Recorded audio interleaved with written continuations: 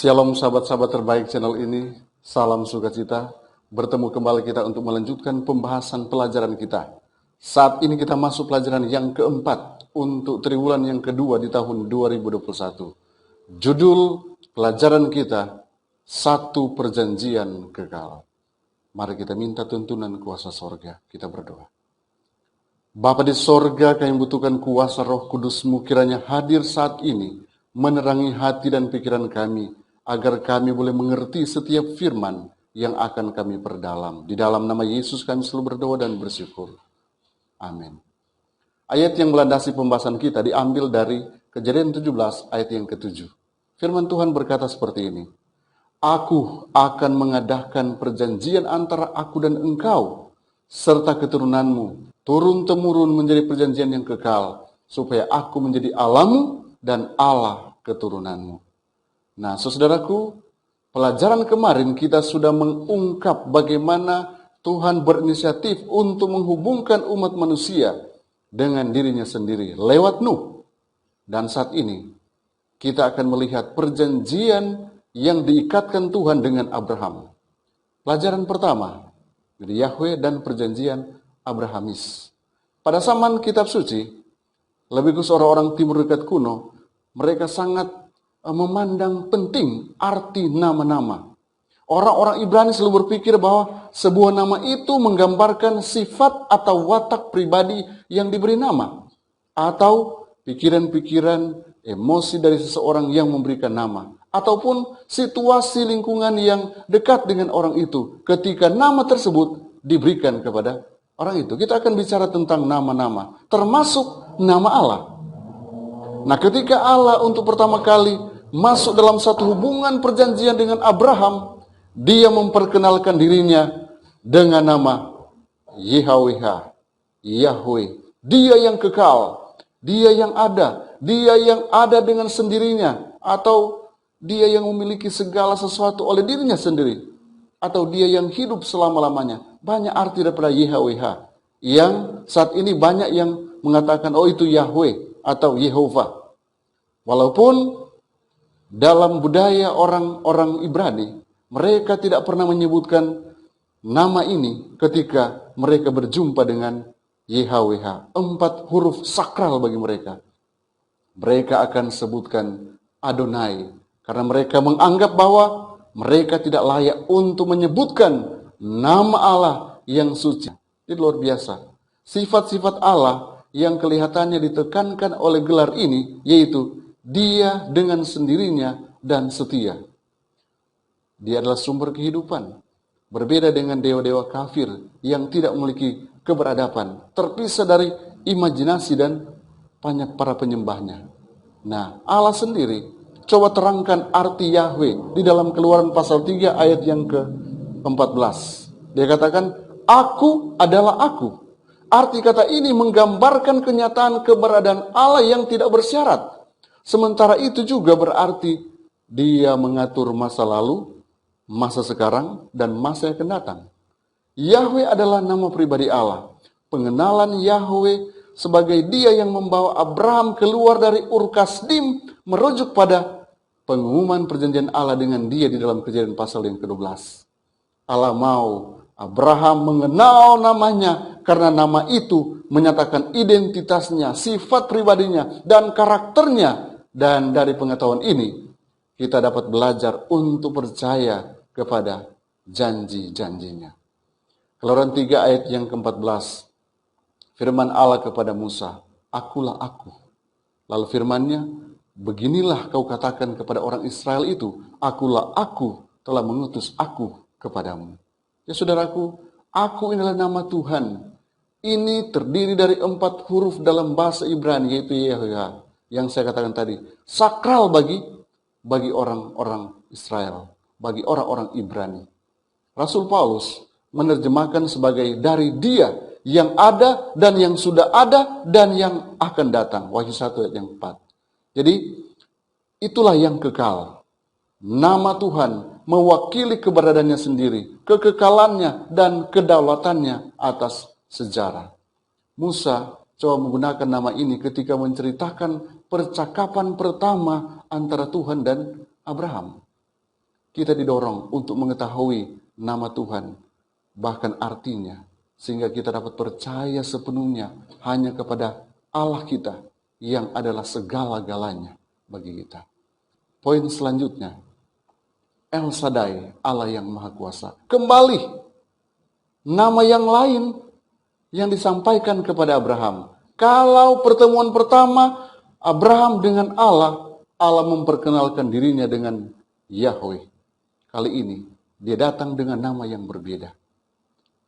Keluaran pasal 6 ayat yang kedua, aku telah menampakkan diri kepada Abraham, Ishak dan Yakub sebagai Allah yang Maha Kuasa, El Shaddai. Ketika Tuhan meratifikasi, mensahkan perjanjiannya dengan Abraham, dia memperkenalkan dirinya sebagai Tuhan yang Maha Kuasa, yaitu El Shaddai.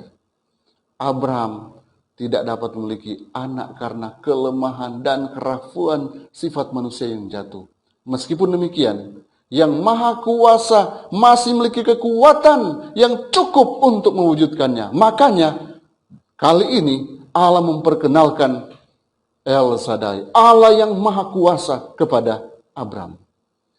Seperti Ishak, dia memberkati Yakub dengan menggunakan kata ganti El Shaddai.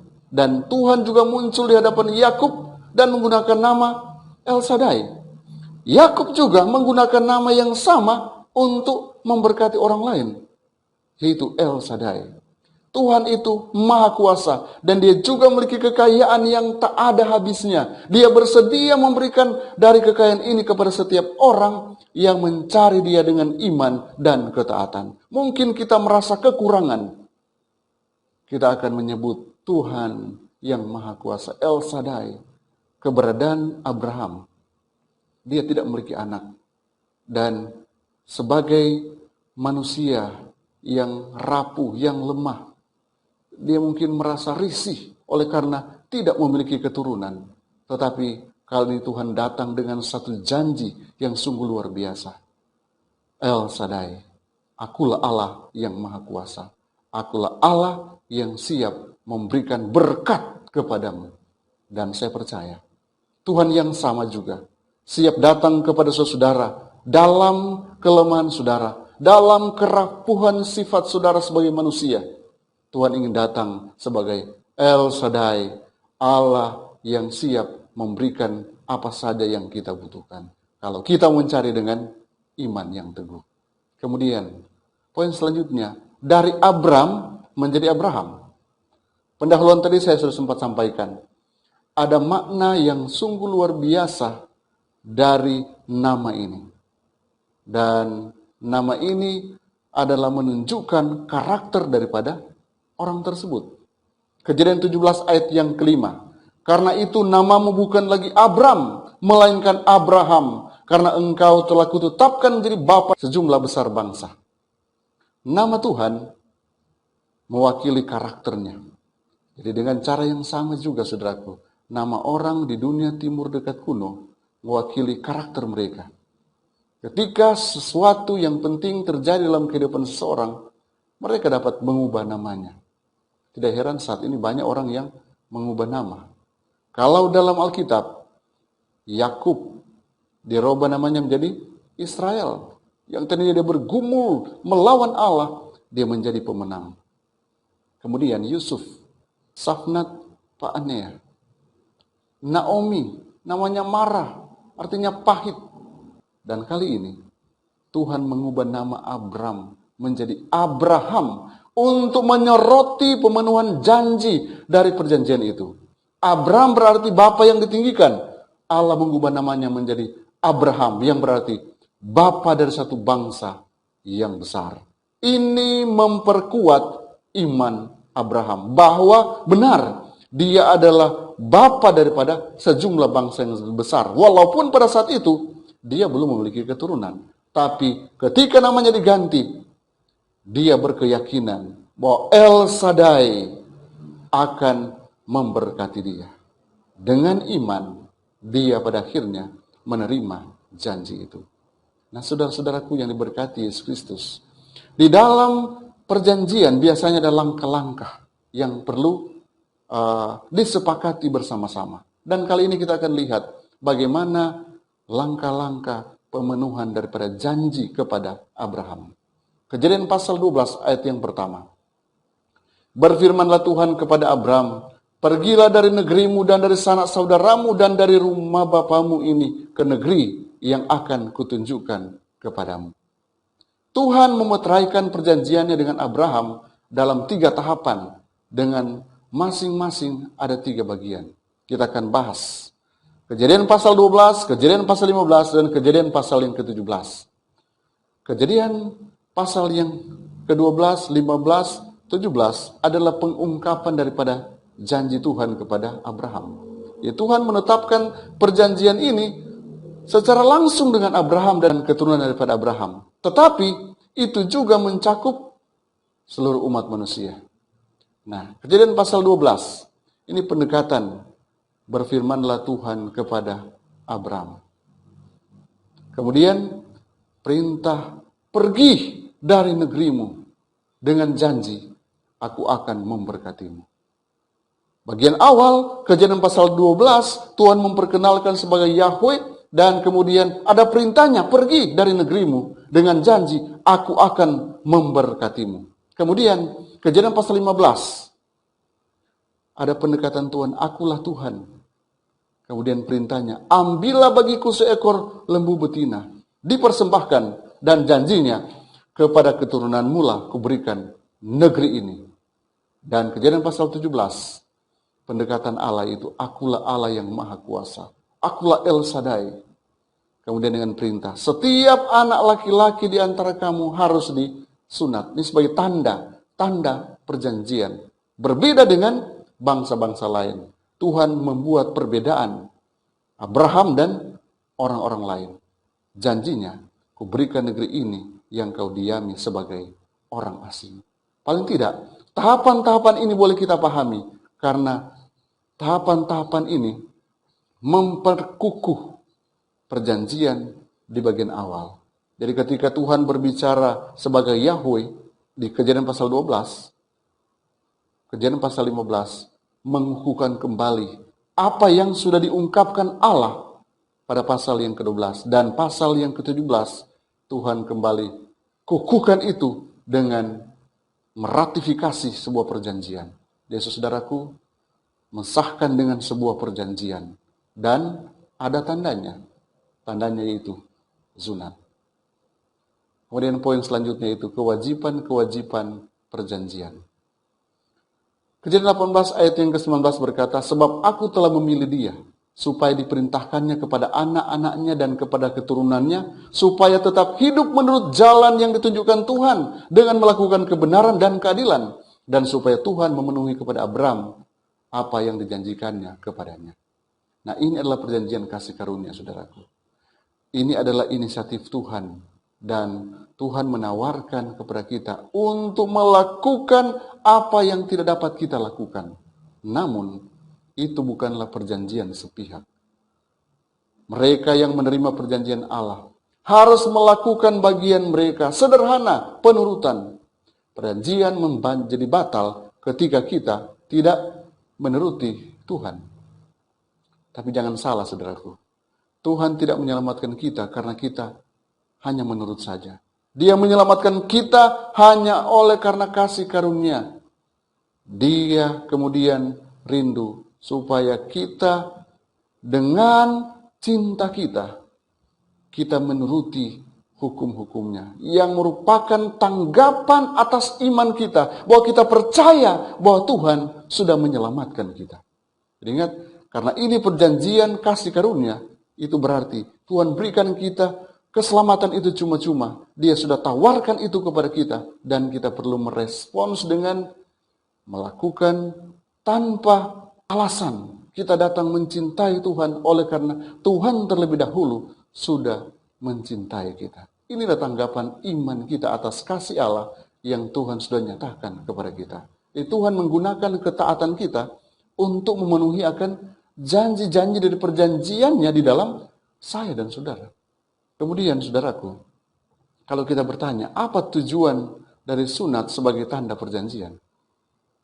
Pertama, ini akan membedakan keturunan Abraham dari orang bukan Yahudi.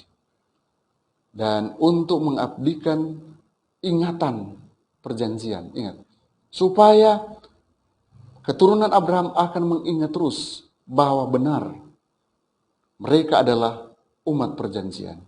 Kemudian, untuk mengembangkan kemurnian moral. Tuhan inginkan agar kemurnian moral nampak dari umat perjanjiannya. Bahkan untuk mewakili kebenaran oleh iman, untuk melambangkan sunat hati. Dan ini juga adalah tanda upacara yang saat ini mungkin dilakukan banyak oleh orang Kristen, yaitu baptisan Kristen. Jadi kita tanyakan, mengapa sunat tidak lagi menjadi tanda perjanjian? Telah beberapa lama, tanda ini sudah disalahartikan sebagai sarana keselamatan. Orang-orang Yahudi berusaha lakukan ini supaya mereka selamat. Mereka sudah kehilangan makna daripada sunat itu sendiri. Nah, di dalam Yesus, sunat sudah digantikan dengan iman yang bekerja melalui kasih, ciptaan baru, menaati perintah, dan kemudian perwujudannya yaitu lewat upacara baptisan yang kudus.